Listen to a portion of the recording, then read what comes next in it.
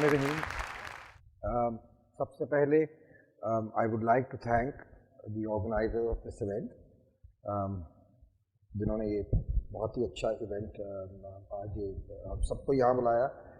और हम सबसे हमारे जो पाकिस्तान के लिए हमारा एक ख्वाब है या जिस तरह का पाकिस्तान हम देखना चाहते हैं, और मैं समझता हूँ कि पहला सेशन तो मैंने मिस कर दिया। I came during the second session, और मैं ये समझता हूँ कि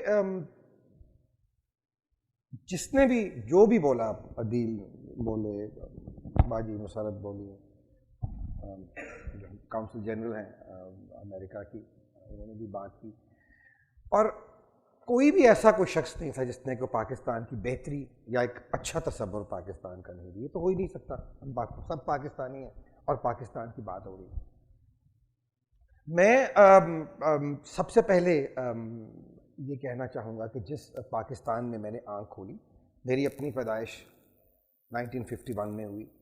उसके बाद मैंने किंडरगार्टन से, जिसको आप किंडरगार्टन कहते हैं, एचएसएन कॉलेज, एक प्रिविलेज स्कूल में मैंने पढ़ाई की। मैंने एफए तक वहाँ पढ़ा। फिर उसके बाद मैं गवर्नमेंट कॉलेज में मैंने ग्रेजुएशन की। शोएब हाशमी साहब हमारे उस्ताद हुआ करते थे, और मेरा ये रिकॉर्ड है कि मैंने कभी भी उनकी क्लास अटेंड नहीं की।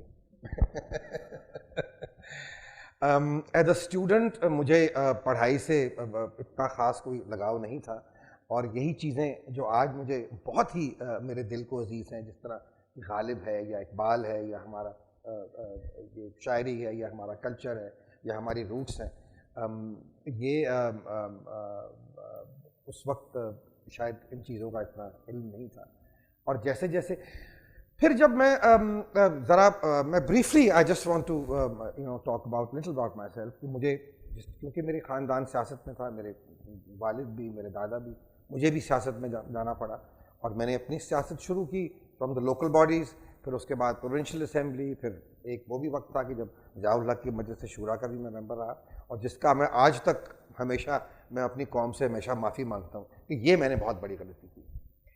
सियासत में रहने से मुझे एक चीज़ जो मुझे समझ में आई, वो ये थी कि मुझे एक चांस मिला to be very close to the leadership of this country, चाहे वो पॉलिटिकल लीडर्स हों, चाहे वो इस्टेब्लिशमेंट के लीडर्स हों, चाहे वो फ़ौज के लीडर्स हों। और जैसे जैसे वक्त गुजरता गया, मैंने रियलाइज़ किया कि यहाँ तो पाकिस्तान या पाकिस्तानियत का कोई नाम ही नहीं है। यहाँ तो सारी खेल जो रेल पेल है वो तो है ही पैसे की।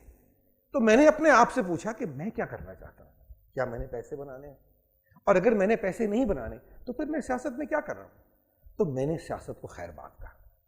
सियासत को खैर बात कह के मैं कुछ अरसे एक शशोपंज में रहा कि मेरा डायरेक्शन क्या है, मेरा रास्ता क्या है। मैं एक ऐसे ख़ानदान से बिलोंग करता हूँ जिसने पाकिस्तान का कॉन्सेप्ट दिया, जिसके ख़ानदान ने पाकिस्तान के लिए लड़ाई की और पाकिस्तान को मार्का वजूद लाने में बड़ी हिम्मत की।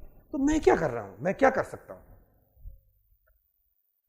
तो फिर मैंने सोचा, और मेरे दिमाग में ये बात आई, सही या गलत ये तो वक्त ही बताएगा, कि मैंने सोचा कि मैं अपनी जो, क्योंकि मैं ये समझता हूँ कि, और हम सब जानते हैं, कायद आज़म रहमतुल्लाह अलैह और हज़रत अल्लामा इकबाल दोनों जो थे, उनकी जो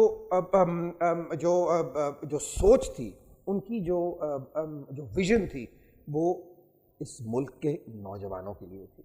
वो समझते थे कि जो उनकी जनरेशन है, ठीक है, कायद आज़म ने खुद फरमाया कि मेरी जेब में चंद खोटे सिक्के, उनको पता था। और ये एक फैक्ट है कि अगर कायद आज़म ना होते तो शायद पाकिस्तान मार्का वजूद में ना आता। और आप सारी इस्लामिक हिस्ट्री उठा के देख लें, शुरू से लेके एंड तक, आपको ऐसी कोई शख्सियत नहीं मिलेगी जिसने अपने जहन से और अपनी कलम की ताकत से उन्होंने एक मुल्क को मार्का वजूद में लेके आए। ये छोटी बात नहीं है, ठीक है। हम जब अपने मज़हब की बात करते हैं, अपनी मज़हब की हिस्ट्री की बात करते हैं, तो उसमें बड़े बड़े जंगजू भी थे, बड़े बड़े वॉरियर्स भी थे। लेकिन याद रखिए कि जहाँ आपने लोगों के दिल नहीं जीते, हिंदुस्तान में मुसलमान किस तरह हुए, इस खित्ते में सूफिया ने लोगों को मुसलमान किया। अपनी मोहब्बत से, अपने अदब से, अपने रहन सहन से, अपने तरीके से। ख्वाजा मोइनुद्दीन चिश्ती या निज़ामुद्दीन औलिया या दाता गंज बख्श अजमेरी सिर्फ मुसलमानों के लिए नहीं थे, वो एक हिंदू के लिए भी स्टैंड ले लेते थे और बादशाह के सामने खड़े हो जाते थे। ये उनकी ग्रेटनेस थी कि आज तक आप हिंदुस्तान में जाएं या दुनिया में कहीं जाएं, you will realise that it is not only the Muslims who go to those shrines, it is the Hindus and the Sikhs and the Christians as well. सो मेरा अपना ये फर्म बिलीफ रहा है कि अगर हमारे अपने मजहब का कोई ऐसा, अगर कोई यहाँ बात हुई कि वो फलां सेक्ट है या फलां सेक्ट है, I am not like that my self. मुझे कोई फर्क नहीं पड़ता, मैं किसी शिया की मस्जिद में भी नमाज पढ़ सकता हूँ, किसी वहाबी की मस्जिद में भी नमाज पढ़ता हूँ और किसी सुन्नी की मस्जिद में भी नमाज पढ़ सकता हूँ, क्योंकि ये सब के सब अल्लाह के घर हैं। We all have to realise that. लेकिन ये मैं समझता हूँ कि इस्लाम के जो मुख्तलिफ क्या कहते हैं, जो फ़िक़े हैं या जो मुख्तलिफ सोच हैं, उनमें शायद सूफ़ी सोच एक ऐसी सोच है जो हम सब मुसलमानों को इकट्ठा कर सकती है, क्योंकि इसी सोच के अंदर टॉलरेंस है, इसी सोच के अंदर देखें। अब मैं आपको अर्ज़ करता चलूँ कि कायदे आज़म की बात होती है, हम कहते हैं कि कायदे आज़म रहमतुल्लाह अलैह ने जो एक ऐसी स्पीच की, ठीक है, जिसको आप सोचिए कि पाकिस्तान में, आप अयूब खान की आपने बात की, अयूब खान का वक्त भी ऐसा वक्त था कि जब इल्लामा इकबाल के बहुत सारे कलाम पे बैन लगाया गया, रेडियो पाकिस्तान पे भी, और तब टेलीविज़न तो होता नहीं, टेलीविज़न बाद में आया था, और एक कॉन्फ्लिक्ट शुरू किया गया आम लोगों के लिए, क्योंकि किसी शख्स ने उनको ये बताया, अयूब खान साहब को, कि अगर आप इल्लामा इकबाल और कायदे आज़म का क्लैश कराएंगे तो उसमें से आपकी ज़ात उभरेगी। सो ये हुआ कि चंद लोगों को कहा गया कि आप इकबाल की तारीफ़ करो, चंद लोगों को कहा गया कि आप कायदे आज़म की ज़्यादा तारीफ़ करो, इन दोनों में। लेकिन असल में बात यह है कि अगर हम पाकिस्तान की हिस्ट्री को देखते हैं, हम पाकिस्तानियत को देखते हैं, तो कायदे आज़म और इल्लामा इकबाल अलग नहीं थे, उन दोनों की सोच और उन दोनों की फ़िलॉसफ़ी एक ही थी। और अब जब हम उस तकरीर की बात करते हैं जहाँ उन्होंने कहा कि अब आज से तुम you cease to be Hindu, cease to be Hindu and Muslim cease to be Muslim, in the क्या वो अल्फाज थे, अदील तुम्हें शायद याद हो, इन द जो पहली उनकी स्पीच थी कंस्टिट्यूएंट असेंबली में। तो अगर आप उसको गौर से देखें, उसकी डेप्थ में जाएं, तो ये तो बिल्कुल हमें सबक वही मिलता है जो रसूलुल्लाह सल्लल्लाहु अलैहि वसल्लम जब उन्होंने सिटी स्टेट ऑफ मदीना बनाई और मुसलमानों को एक पहली कॉन्स्टिट्यूशन दी, जिसको हम मिसाके मदीना से याद करते हैं, तो आपको ये पता चलेगा कि यही सारी जो लॉज थी तब भी। So it was the first जो मुसलमानों की कॉन्स्टिट्यूशन थी, उसमें ये तमाम जो मुख्तलिफ मज़ाहिब के लोग थे, उनको हमारे पैगम्बर इस्लाम ने इक्वल राइट्स दिए थे, that they were there as equal citizens and they were there to defend Medina in the state of war. तो यहाँ मैं ये कहना चाहूँगा कि मैंने ये फिर रियलाइज़ किया कि अब मैं सबसे पहले जो चीज़ मैंने जो शुरू की वो बसंत थी। अब बसंत के पीछे एक सोच थी, बसंत इज़ नॉट समथिंग, जो मेरे माइंड में ये नहीं था कि हम गुडियाँ उड़ा रहे हैं या म्यूज़िक सुन रहे हैं सिर्फ, ठीक है, उसका एक इन्जॉयमेंट का एक पहलू था। लेकिन आप देखिए कि हमारे पास एक पोटेंशियल था कि हम इसको दुनिया का सबसे बड़ा फेस्टिवल बना सकते हैं।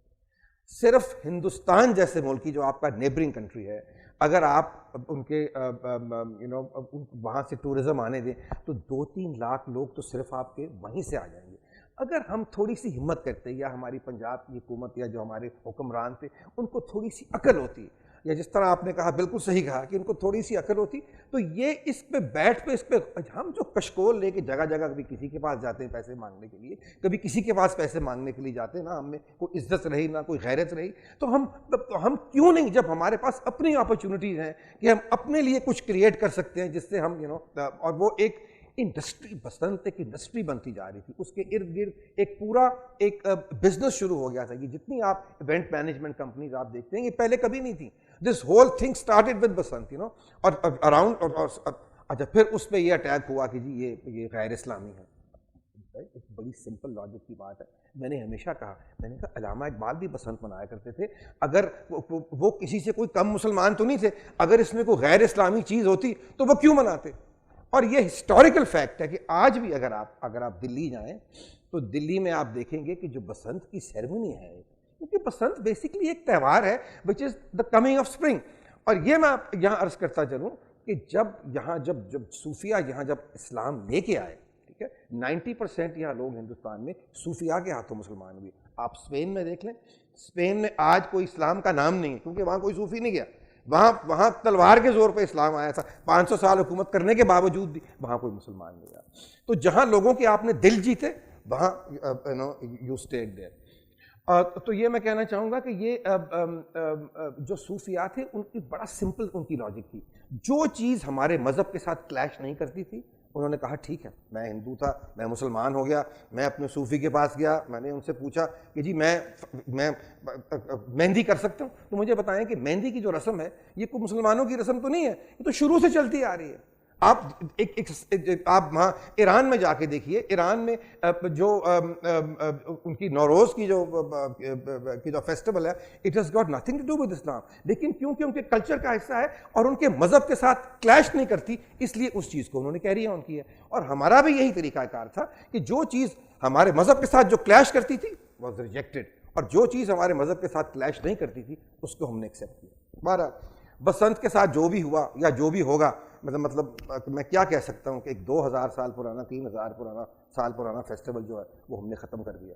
यही बस तरीका है कि जी वहाँ जिस तरह आपने बताया कि वहाँ जब ये किस्सा हुआ सारा, वो जो स्टूडेंट्स का, और वहाँ जो 2-3 लड़कियाँ जो थी बेचारी, दे लॉस्ट देयर लाइव्स, वहाँ वो ये नहीं बताता कि वहाँ हुआ क्या। वहाँ हुआ ये कि इन्होंने जो एडमिनिस्ट्रेशन थी, 15 गेट है उसके अलहमरा के, वो सारे बंद कर दिए गए और सिर्फ एक गेट खोला गया।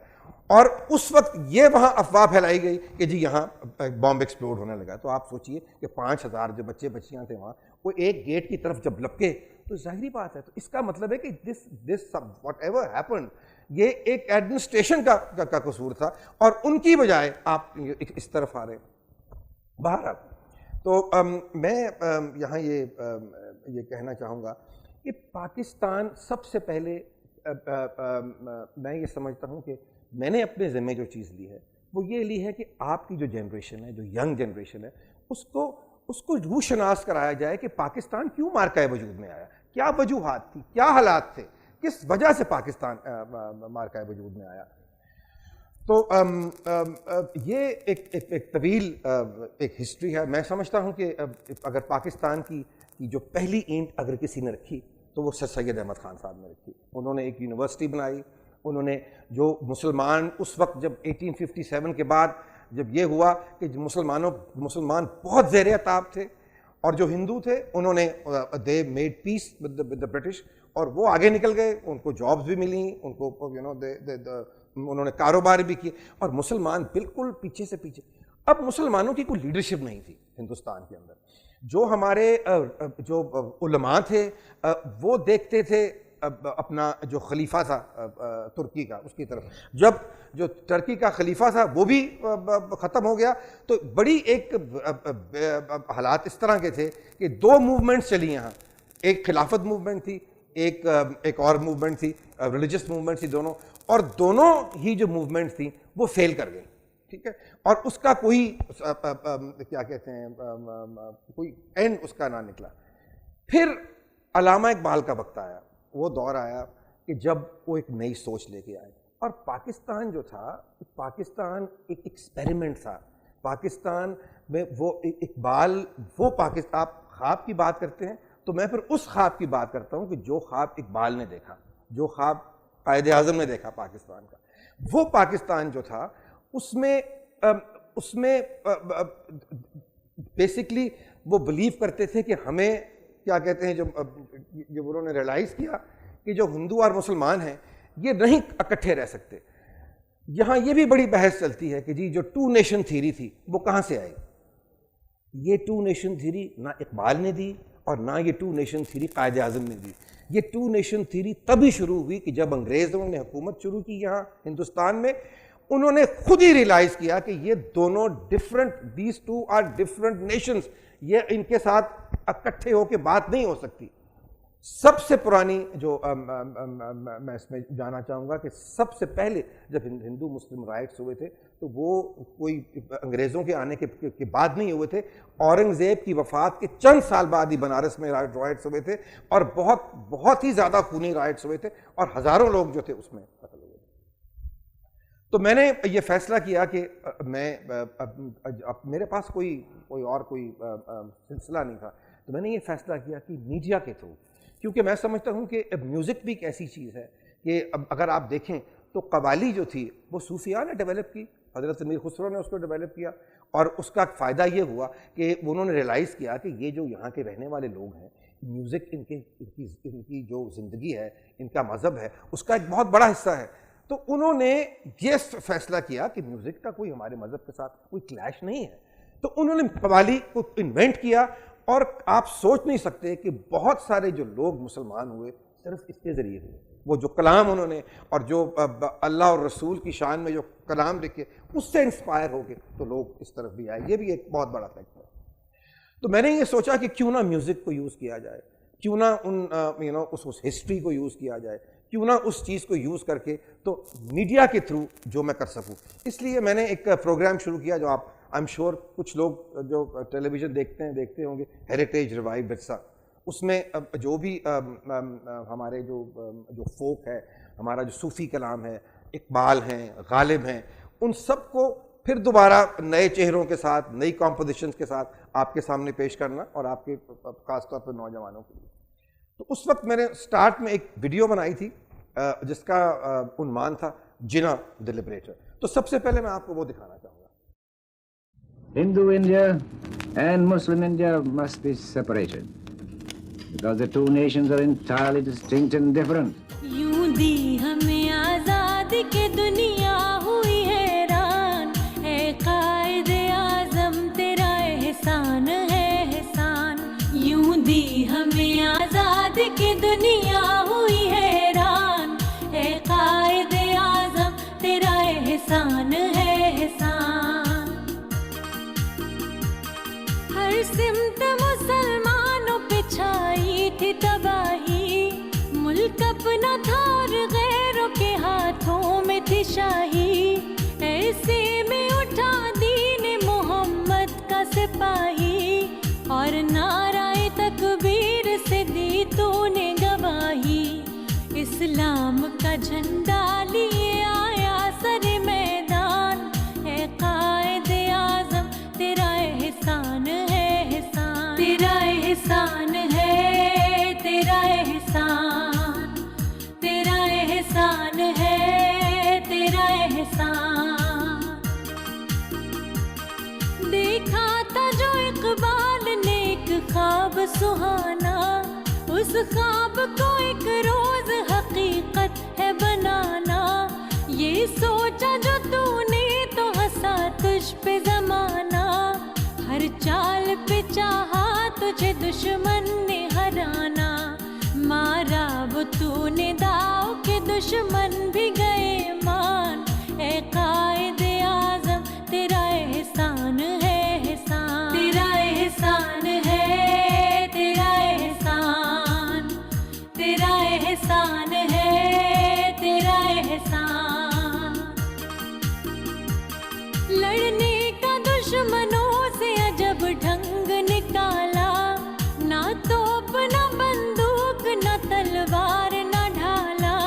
सच्चाई के अनमोल असूलों को संभाला, पिन्हा तेरे पैगाम में जादू था निराला। ईमान वाले चल पड़े सुनकर तेरा फरमान, ऐ कायदे आज़म तेरा एहसान है एहसान। तेरा एहसान है, तेरा एहसान, तेरा एहसान है, तेरा एहसान। नक्शा बदल के रख दिया एक मुल्क का तूने, साया था मोहम्मद का अली का तेरे सर पे। दुनिया से कहा तूने कोई हमसे ना उलझे, लिखा है इस ज़मीं पे शहीदों ने लहू से। आज़ाद हैं आज़ाद रहेंगे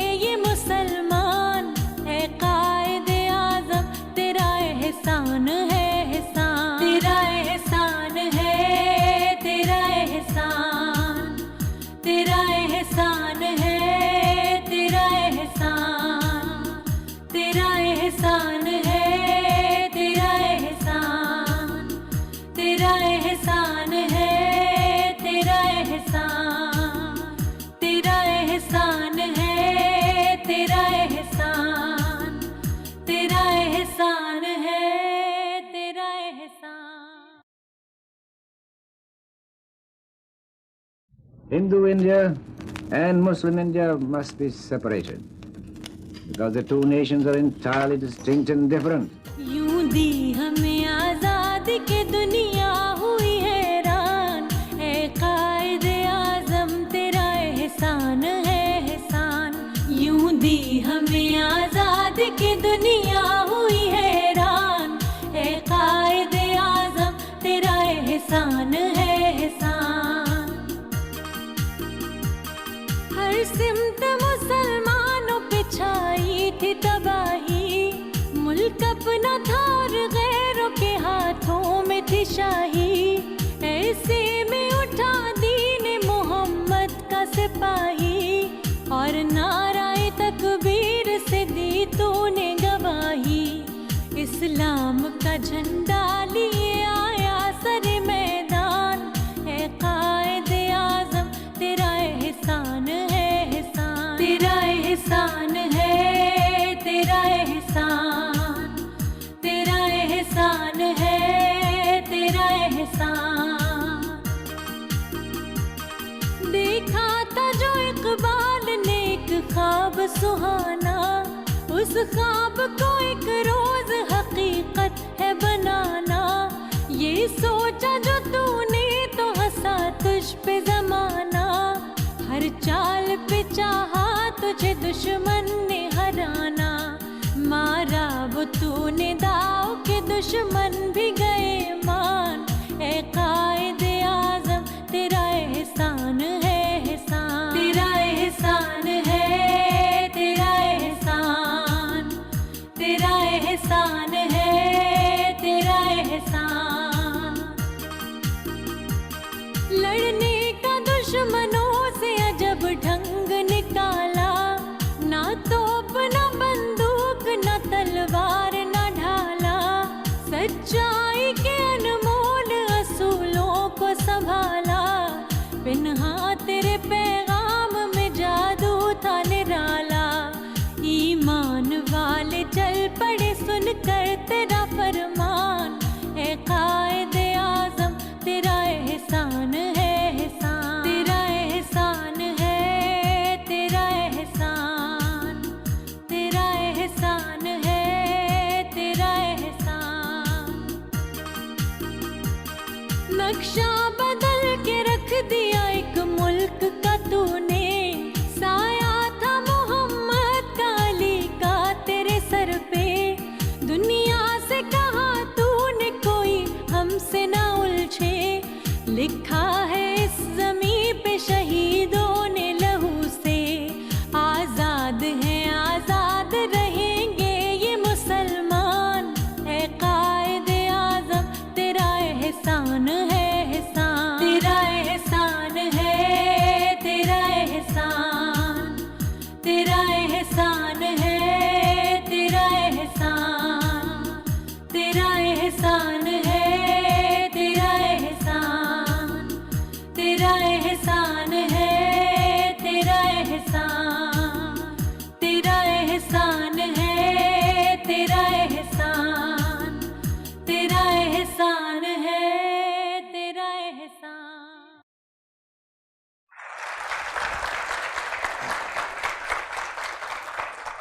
तो मेरी ये हमेशा कोशिश होती है कि जो हमारे फाउंडिंग फादर्स हैं उनकी वो जो चाहते थे, जिस किस्म का पाकिस्तान वो चाहते थे, एक बड़ी सिंपल, वो एक इस्लामी फलाही रियासत चाहते थे, जो आज तक हम ना बना सके। आज भी हम उससे दूर हैं, और उसकी सबसे बड़ी वजह यह है, जिस तरह उन्होंने कहा पहले कि 2%, 6% कहा था आपने कि 2% पीपल, 2% जो लोग हैं वो 65% इस पाकिस्तान की जो क्या कहते हैं दौलत है उस पर काबिज हैं। और मैं आपको यकीन से कह सकता हूँ कि जब तक कोई बड़ी तब्दीली इस मुल्क में नहीं आएगी तो हम सिर्फ तबाही की तरफ जा रहे हैं। ये हम लाजिम है, जिस तरह उन्होंने पहले कहा अदील हाशमी ने, अगले इलेक्शन में आप जिसको मर्जी वोट डालना चाहते हैं, लेकिन खुदारा उठिए और अपने वोट को ज़रूर कास्ट कीजिए, क्योंकि इस मुल्क का अलमिया ये है कि इस मुल्क में 16-17% से ज़्यादा लोग वोट, अगर आप समझते हैं कि आपके मुल्क की जो हालत है वो अच्छी नहीं है और आप उसको बदलना चाहते हैं, तो please rise to the occasion. और आने वाले इलेक्शन में आप जब भी वो इलेक्शन होता है, आपकी जो भी सोच है, आप जो भी अपने जहन से या अपनी अकल से बेहतर, लेकिन अपना वोट ज़रूर कास्ट कीजिए। एंड में मैं सिर्फ एक वीडियो आपको और दिखाना चाहता हूँ, और मैं ये आपको सिर्फ इस वीडियो में ये बताना चाहता हूँ कि आप ये देखिए कि जो इकबाल ने कलाम लिखा आज से 70 साल पहले भी, 80 साल पहले भी, वो आज भी रेलेवेंट है। और इस वीडियो के साथ ही मैं अपनी तकरीर खत्म करता हूँ। शुक्रिया।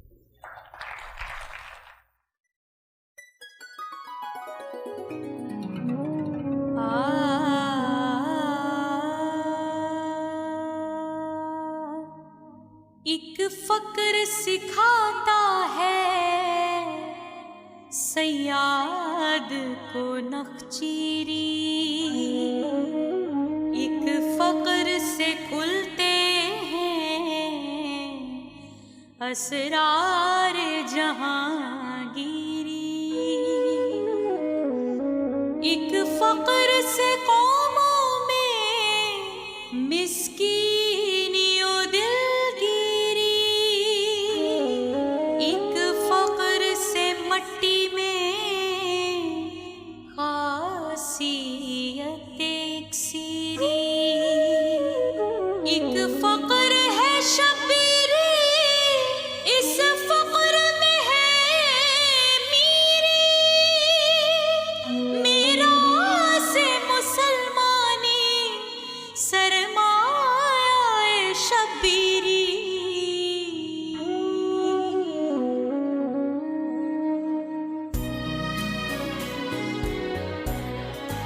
निगाह फख्र में शाने सिकंदरी क्या है, निगाह फख्र में शाने सिकंदरी क्या है, खिराज की जो गदा हो वो कैसरी क्या है, निगाह फक्र में शाने सिकंदरी क्या है।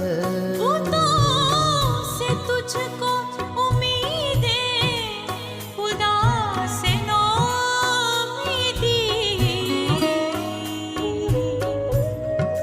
खुदा से तुझको उम्मीदें, खुदा से नौमीदी, मुझे बता तो सही और काफरी क्या है, मुझे बता तो सही और काफरी क्या है, खिराज की जो गदा हो वो कैसरी क्या है, निगाह फक्र में शाने सिकंदरी क्या है।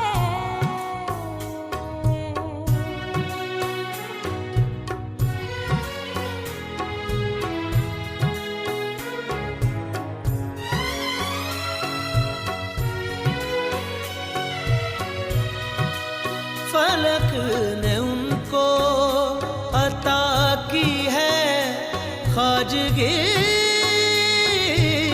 के जिन्हें,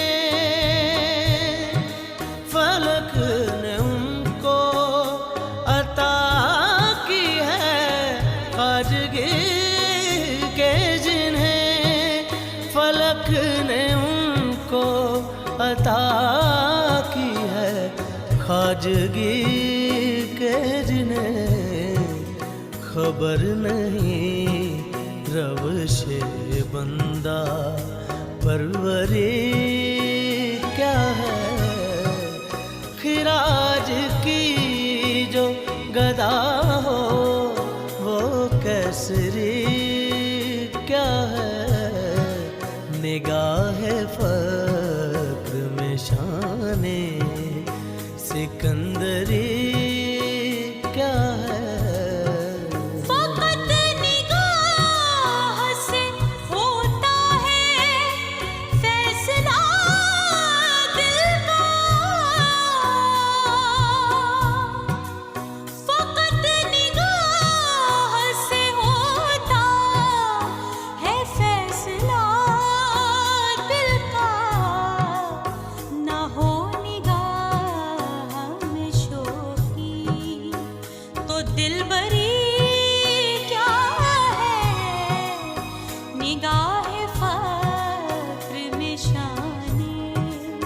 सिकंदरी क्या है, किसे नहीं है तमन्नाए सरवरी, लेकिन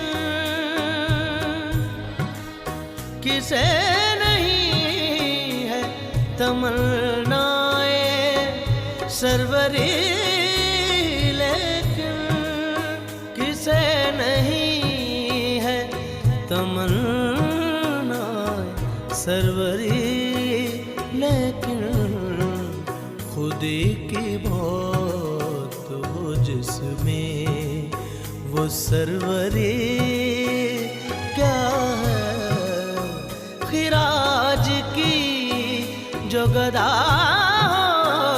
वो कैसरी क्या है, निगाह फक्र में शाने सिकंदरी क्या है।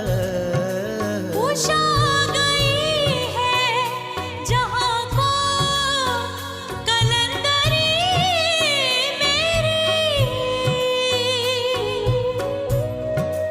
उषा गई है जहाँ को कलंदरी मेरी, वगरना शेर मेरा क्या है, शायरी क्या है, खिराज की जो गदा हो वो कैसरी क्या है, निगाह फक्र में शाने सिकंदरी क्या